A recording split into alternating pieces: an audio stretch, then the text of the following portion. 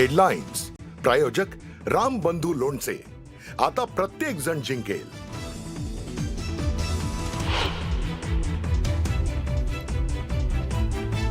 1 नोव्हेंबरला होणारा मोर्चा सत्तेसाठी नाही, सत्यासाठी. खोट्या मतदारांचा नाही तर खऱ्या मतदारांसाठी गल्ली ते दिल्ली मोर्चाची दखल घ्यायला भाग पाडा. नेते पदाधिकाऱ्यांना राज ठाकरेंचे आदेश.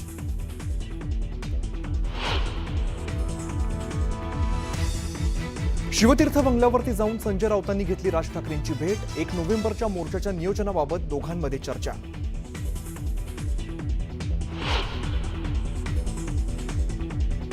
पंतप्रधान नरेंद्र मोदी आणि उपमुख्यमंत्री एकनाथ शिंदे यांची जवळपास 1.5 तास बैठक. महायुतीत सन्मान राखत जागा द्याव्यात, शिंदेंची मोदींकडे मागणी. तर काही महत्त्वाच्या प्रकल्पांवरती चर्चा झाल्याची सूत्रांची माहिती.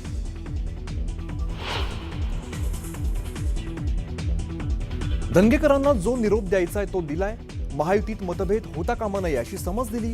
दिल्ली दौऱ्यावरती असलेल्या एकनाथ शिंदेंचं धनगेकर मोहोळ वादावरती मोठं विधान.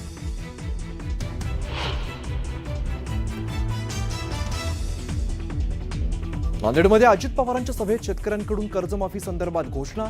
दोन्ही शेतकरी ताब्यात तर कर्जमाफी करणार नाही असं कधीच आम्ही म्हटलेलं नाही, अजितदादांचं स्पष्टीकरण.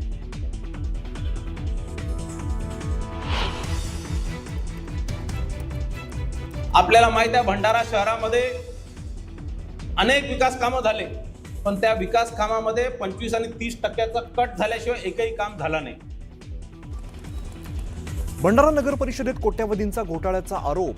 25 ते 30% कमिशन दिल्याशिवाय कामं झाली नाहीत, परिणय फुकेंचा दावा.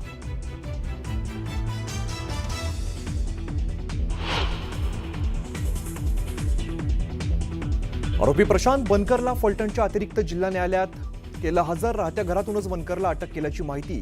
तर गोपाळ वदनेचा पंढरपूरमध्ये शोध सुरू, मात्र अद्यापही वदने पोलिसांना सापडेना.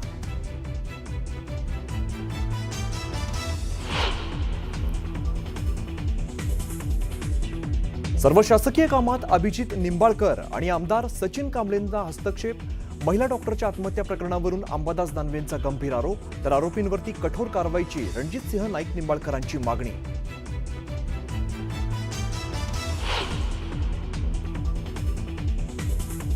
आणि नांदेडच्या तरुणाला कर्नाटकच्या बिदरमध्ये जबर मारहाण. प्रेम प्रकरणातून तरुणाला बेदम मारहाण झाल्याची माहिती. मारहाणीनंतर तरुणाचा मृत्यू.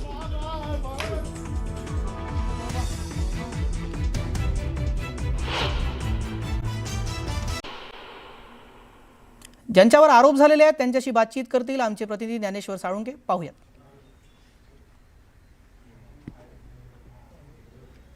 आपल्यासोबत रणजितसिंह निंबाळकर आहेत, त्यांच्याकडूनच या सगळ्या प्रश्नांची उत्तरं आपण घेण्याचा प्रयत्न करूया. अंबादास दानवेंनी थेट आहे ते तुमच्यावरती आरोप केलेला, या प्रकरणाचं राजकारण कुठंतरी होते असं वाटतं का? 100% राजकारण होतं आहे. काल परवा एका महिलेने डॉक्टरनी या ठिकाणी आत्महत्या केली की तिच्यावर त्यांनी एका पोलीस अधिकाऱ्याच्या विषयी तक्रार करून बलात्काराचा आरोप ठेवून आत्महत्या केली. संदर्भात त्या महिलेच्या संदर्भातून अशा पद्धतीने झालेली घटना फलटणमध्ये निंदनीय. निश्चितपणे या ठिकाणी आरोपींना शासन मिळालं पाहिजे.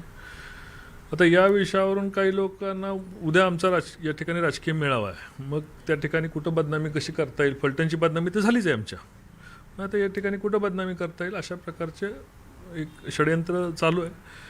1 वर्षापूर्वी त्या महिलेची विभागीय चौकशी चालू होती. त्या चौकशीमध्ये तिने काहीतरी असं स्टेटमेंटमध्ये दिलं होतं की पोलिसांनी त्याच्यावर जे आरोप केले त्याची माहिती खासदार महोदयांना दिलेली, एवढीच लाईन आहे. आणि त्या लाईनचा आधार घेऊन खासदारांचा त्यांच्यावर दबाव होता की काय, किंवा PNनी फोन जोडून दिला की काय. आम्ही हजारो लोकांना लोकप्रतिनिधी फोन करत असतो आणि त्याच्यामध्ये माहिती कोणाकडून घेतली तर त्यात गैर काय नाही. पण मला माहिती नाही की मी फोन केला होता किंवा बोललो आहे की नाही. हा या काही काळापूर्वीची घटना आहे. मला जवळपास 6-7 महिने वर्ष होऊन गेलं असेल. आणि त्या पोलिसांच्या आरोपाच्या संदर्भामधल्या पोलिसांचे त्यांचे वाद होते, त्या विषयावर चौकशी त्यांनी असं उत्तर दिलं की खासदार महोदयांना माहिती दिलेली आहे.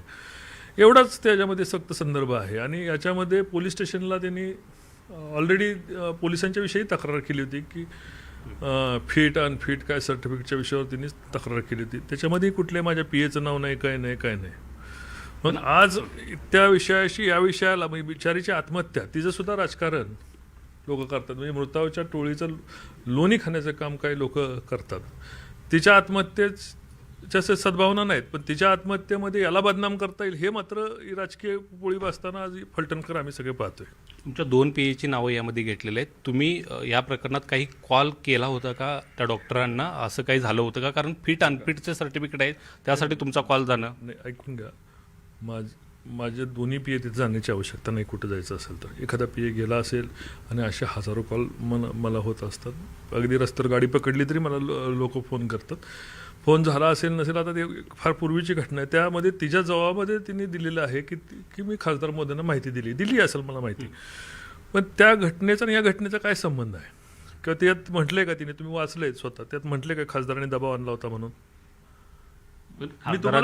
खासदारांचं फोनवरनं बोलणं झालं होतं असं ते ती म्हणते, पण त्याच्यामध्ये म्हटलंय का असं कुठं दबाव आणला होता म्हणून?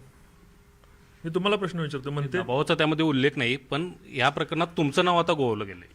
कुठल्या प्रकरणात? नाही, ते चौकशीचा विषय 1 वर्षापूर्वीचा आहे, त्या विषयाचा आहे. त्याचा ना आत्महत्येचा काय संबंध आहे का चौकशीचा? मीच तुम्हालाच प्रश्न विचारतो, 1 वर्षापूर्वीच्या चौकशीचा आत्महत्येचा काय संबंध आहे का? पण तुमची सगळी यंत्रणा, तुमचे भाऊ हे सगळं इथलं प्रशासन चालवतात अशा पद्धतीचा आरोप होतोय. प्रशासन चालवण्याच्या विषयावर आता विरोधक काही आरोप करू शकतात. त्या बिचारीचा आत्महत्या हा बलात्काराच्या संदर्भातली आत्महत्या आहे. त्याचा आणि तिच्या चौकशीमध्ये मला माहिती तिने जर काही दिली असेल तर त्याचा काही संबंध आहे का? पण त्याचवेळी हे प्रकरण थांबलं असतं किंवा ह्या सगळ्या गोष्टीची चौकशी सुरू असती, लोकप्रतिनिधी म्हणून तुम्ही लक्ष दिलं असतं, हे सगळं आत्महत्या थांबली नसती का?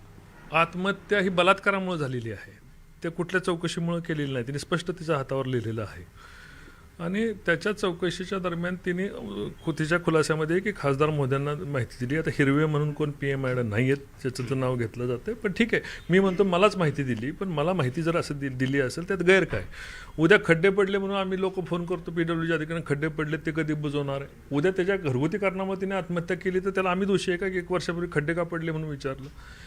अशा संघटनेमध्ये ह्याच्यामध्ये त्या महिलेच्या आत्महत्येचं सुद्धा राजकीयकरण होऊ शकतं. ही चांगली घटना नव्हे आणि चांगलं उदाहरण नव्हे. आणि ज्यांनी देताना ह्याचं लिंकअप करताना त्याचा आणि ह्या घटनेची संबंध काय आहे? आज आरोपी पकडला गेलेला आहे, आरोपी पकडले तर दुसरे आरोपी उद्या 2-3 दिवसामध्ये कधी पोलीस पकडतील. त्यातनं तपासामध्ये व्हॉट्सअप चॅट, मीडिया, SIT चौकशी सगळं करा असं मी काल जाहीर सांगितलेलं आहे. त्याचा आणि तिच्यावर झालेल्या चौकशीचा ह्याला कुठंतरी जोड निर्माण करणं आणि कल्पकल्पित कथा करणं हेच ह्या सगळं ह्या घाणेरड्या राजकारणाचं कोण या कतारा चालले? आता हे जे विरोधी पक्ष नेत्यांना माहिती कोण देतं? फलटण तालुक्याला माहिती आहे, आणि माहिती अशी रचून दिलेली माहिती. आणि कुठं आता या ठिकाणी अनेक मंत्री अनेक लोकांना जाब विचारत असतात, अनेक आमदार अनेक लोकांना जाब विचारत असतात.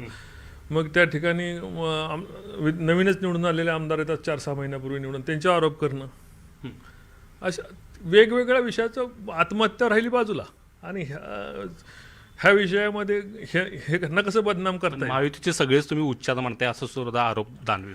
आता विरोधी पक्ष नेहमी सत्ताधाऱ्यांवर आरोप करत असतो, त्यांनी इथल्या परिस्थितीची माहिती घ्यावी. फलटण आज शहरामध्ये आज नगरपालिकेच्या जागा राहिल्यात. मी लोकसभेला उभा असताना फलटण तालुक्याने 75% जास्त मला मतदान केलेलं आहे. आमदार महोदयांना 75% मतदान झालेलं आहे. लोक एवढ्या मोठ्या प्रमाणावर निवडून देतात. विरोधकांना अक्षरशः काठावर शहरामध्ये जर मतदान झालं तर काठावर डिपॉझिट वाचणार आहे. पण लोक वेडी आहेत का की लोक जेव्हा स्वीकारतात असं उच्छाद मांडलं हे मांडलं हे विरोधकांना बोलणं ठीक आहे, पण प्रत्यक्षात परिस्थितीची माहिती घेणं हे पण गरजेचं असतं. पण म्हणूनच अंबादास दानवे म्हणतात की तुम्हाला सुद्धा या प्रकरणात आरोपी करा. आता हे हास्यास्पद आहे. तिने तिच्या बिचारीने आत्महत्येचं कारण लिहिलेलं आहे. तिच्या विषयावर कुणी आत्महत्या कशामुळे केलेली आहे, तिच्या आत्महत्येमध्ये याला आरोपी करा त्याला आरोपी करा, त्याचा काय संबंध जोडा, याला कुठंतरी अर्थ लागतो का? याच्यापेक्षा जास्त काय बोलणं हास्यास्पद होईल. मला याच्यापेक्षा जास्त काय बोलायचं. या प्रकरणाची चौकशी व्हावी असं वाटतं का? आणि दोषी असेल त्यांच्यावरती सगळ्यांच्यावरती कारवाई व्हायला पाहिजे आणि या प्रकरणाची सखोल चौकशी व्हायला पाहिजे. मुख्यमंत्री महोदयांनी याच्यावर जे काय उलट फास्ट ट्रॅकमध्ये चालवावं असं माझं मत आहे. जय हिंद, जय महाराष्ट्र. नक्कीच. तर रणजितसिंह निंबाळकर होते, त्यांनी आपला खुलासा केलेला आहे. या प्रकरणात माझा कोणताही हात नाही. विरोधक केवळ या प्रकरणाचं राजकारण करत असल्याचा आरोप आहे तो त्यांनी केलेला आहे. एकूणच या प्रकरणामध्ये आता बाहेर काय येणार हे पाहणं महत्त्वाचं आहे. मात्र या प्रकरणाचं राजकारण चांगलंच रंगल्याचं पाहायला मिळत आहे. निश्चित ज्ञानेश्वर, धन्यवाद या सगळ्या सविस्तर चर्चेसाठी.